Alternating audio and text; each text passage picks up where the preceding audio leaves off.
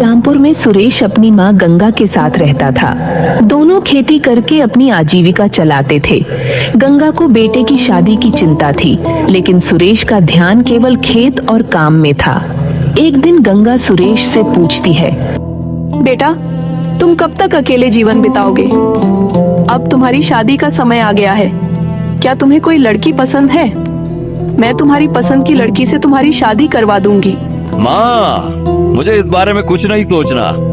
अभी खेत में बहुत काम पड़ा है। मैंने मजदूरों को भी बुलाया है, वे अब तक आ गए होंगे।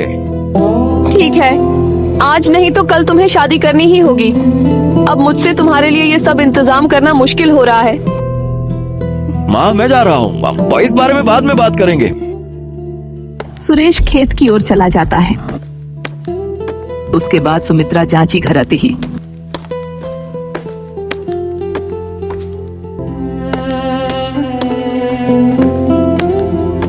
सुमित्रा, तुम इतनी जल्दी आ गई? घर का सारा काम हो गया क्या? हाँ भाभी, मेरी बहू घर का सारा काम संभालती है, मुझे कुछ करने ही नहीं देती। तुम कितनी खुशकिस्मत हो। तुम्हारा बेटा मेरे बेटे से छोटा है, लेकिन फिर भी उसकी शादी हो गई। मेरे पास तो बहू भी नहीं है। तो तुम भी अपने बेटे की शादी करवा दो। बिलासपुर में एक बहुत अच्छी लड़की है, सुंदर, पढ़ी लिखी और संस्कारी। क्यों ना सुरेश को जाकर एक बार देख आने को कहो? बिलासपुर तो बहुत दूर है, हमें इतनी दूर जाने की क्या जरूरत है? क्योंकि अच्छे रिश्ते बार बार नहीं मिलते, एक बार कहकर तो देखो। ठीक है, कोशिश करती हूँ। शाम को सुरेश खेत से वापस आता है। बेटा, खेत का काम 2-3 दिनों में पूरा हो जाएगा। तुम मेरी खातिर बिलासपुर चले जाओ। माँ, इतनी दूर वहाँ क्या काम है? वहाँ एक लड़की है, सुंदर और पढ़ी लिखी भी। आप तब तक चैन नहीं लोगी जब तक मेरी शादी ना हो जाए। ठीक है, 4 दिन बाद मैं वहाँ जाऊँगा। तुम्हारे चाचा देवापुर में रहते हैं, बिलासपुर के रास्ते में ही। उन्हें भी जाकर मिल लेना। हाँ, आप हमेशा कहती हो, लेकिन मैंने उन्हें कभी नहीं देखा। वे बहुत ज्ञानी व्यक्ति हैं। जब मिलो उन्हें घर आने के लिए जरूर कहना। ठीक है माँ।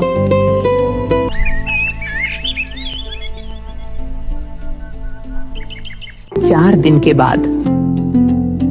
क्या तुम बिलासपुर के लिए समय पर निकल रहे हो? सुरेश वरना दुकान मुहूर्त की ओर निकल जाएगा।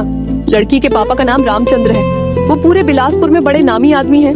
अगर मैं अभी निकलूं तो सुबह तक पहुंच जाऊंगा। तुम इतना दूर जा रहे हो।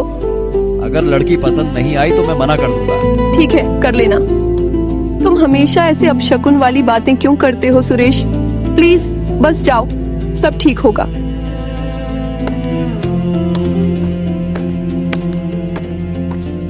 सुरेश यात्रा पर निकलता है। दोपहर का समय है। वह एक पेड़ के नीचे बैठता है और खाना निकालता है।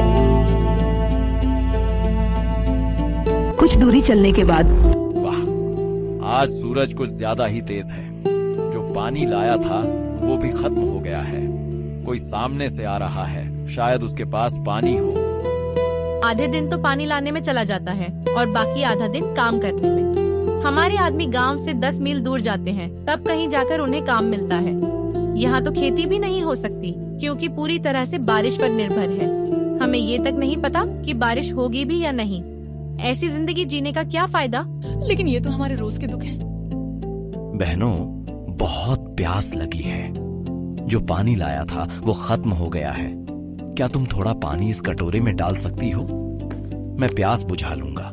हे भगवान, आप तो वो मांग रहे हो जो इस गांव में मना है। ये पानी हम दूर से खरीद कर लाते हैं। एक घड़ा 2 रुपए का पड़ता है। हम आपको क्यों दें? क्या कह रही हो? पानी भी कोई बेचता है? क्या ये तुम्हारा पहला गांव है जहाँ पानी बिकता है? लगता है आप पहली बार आए हैं। यहाँ 10 मील के दायरे में एक बूंद भी पानी नहीं है। अगर आपको प्यास लगी है तो 5 मील दूर जदुनाथ की दुकान है, वहीं से पानी मिलेगा, लेकिन महंगे दामों पर। वो जदुनाथ आखिर पानी कहाँ से लाता है जो बाकी सबको नहीं मिलता? गांव का सबसे अच्छा कुआं उसके घर के अंदर है और कहीं पानी नहीं मिलता। हमने बहुत कोशिश की, लेकिन एक बूंद भी नहीं निकली। ठीक है, मैं उसके पास जाऊंगा, लेकिन 5 मील चलने के लिए ताकत चाहिए। पहले थोड़ा पानी दे दो, कटोरे में नहीं, हाथों में ही सही। लड़कियां सुरेश के हाथ में थोड़ा पानी डालती हैं। कुछ दूर चलने के बाद एक आदमी घड़ा लिए हुए। लगता है आप दूर से आ रहे हो, प्यासे लगते हो। जी हाँ, बहुत प्यास लगी है। कृपया इस कटोरे में थोड़ा पानी भर दीजिए। अरे वाह, इतनी तारीफ मत करो। मैं ये घड़ा पानी 2 रुपए में लाया हूँ, लेकिन आपको ये 4 रुपए में भर कर दूंगा। बोलो, भरवाना है या नहीं? ठीक है, लीजिए 4 रुपए। कृपया पानी भर दीजिए। पानी थोड़ा ही डाला जाता है। इतना कम पानी? आपने तो पूरा घड़ा साथ में लाया है। क्या ये न्याय है? सर, यही मेरा काम है। मैं प्यासों को थोड़ा पानी देता हूँ और पैसा वसूलता हूँ। पहले ही बता दिया था 4 रुपए लगेंगे। ठीक है, लीजिए 4 रुपए। कभी सोचा भी नहीं था कि एक दिन पानी खरीद कर पीना पड़ेगा। अब भूख भी लगी है। क्या आसपास कोई अनाथालय है? यहाँ अनाथालय 10 मील दूर होगा, और वहाँ भी खाना मिलेगा या नहीं कोई नहीं जानता। अगर खुद से खाना बनाना चाहो तो 4 मील दूर जदुनाथ की दुकान से चावल, दाल, नमक सब मिल जाएगा। पैसे देकर खरीद सकते हो। पानी पानी। रास्ते में सुरेश एक बूढ़े को देखता है जो जमीन पर गिरा होता है। बाबा लीजिए, थोड़ा पानी पी लीजिए। तभी एक राहगीर वहाँ आता है। अरे, आप क्या कर रहे हैं? लगता है आप इस गांव में नए हैं। क्या आपको नहीं पता इस आदमी को अच्छा पानी देना मना है? और क्यों? वो प्यास से तड़प रहा है। किसी को पानी देना कोई गुनाह है क्या? ये बूढ़ा आदमी गांव का गुनहगार है। अगर आपने इसे पानी दिया तो जद्दूनाथ बहुत नाराज हो जाएगा। आपका मुखिया किसी को पानी देने पर नाराज क्यों होता है? और इस बूढ़े की ऐसी हालत क्यों है? मैंने कभी गांव वालों की मदद की थी, पर अब सारा इलाका सूखा पड़ा है। अगर तुम मेरी बात मानोगे और वहीं खोदोगे जहां मैं कहूं, तो गांव में पानी जरूर मिलेगा। क्या सच में?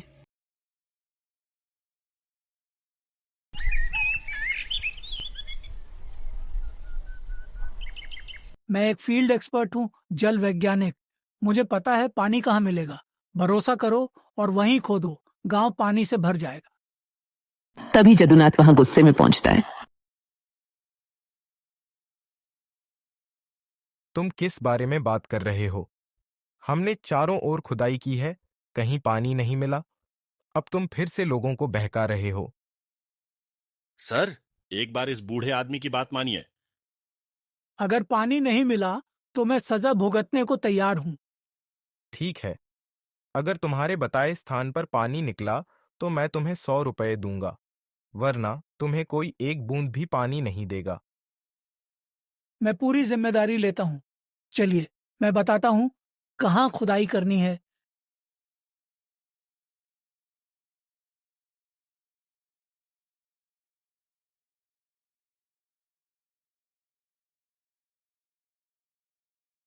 जदुनाथ उस जगह नहीं खुदवाता जहां बूढ़ा आदमी बताता है, बल्कि किसी और स्थान पर खुदाई करवाता है। यहाँ तो पानी नहीं निकला, सारा श्रम बेकार गया। मैंने ये जगह नहीं बताई थी। जो जगह बताई थी वो इससे 100 फीट दूर है। अब कोई इस बूढ़े को पानी या खाना देगा तो उसे मेरी दुकान से कुछ नहीं मिलेगा। मेरे आदमी तुम्हें देख रहे होंगे। कुछ ग्रामीण वहां और सुरेश को सच्चाई बताई। सुरेश, तुमने जो किया वो बहुत सही था। ये बूढ़ा आदमी कोई मामूली इंसान नहीं, एक जल वैज्ञानिक है। हमारे गांव को पानी वहीं दिला सकता है। फिर जदुनाथ दोबारा गुस्से में आता है। सुरेश, तुमने इस बूढ़े को पानी देकर मेरी बात नहीं मानी।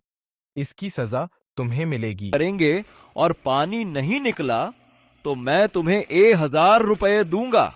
लेकिन अगर पानी निकल गया तो तुम क्या करोगे? हमें तुम्हारे पैसों की जरूरत नहीं। अब पूरा गांव सुरेश और बूढ़े की बात मानता है।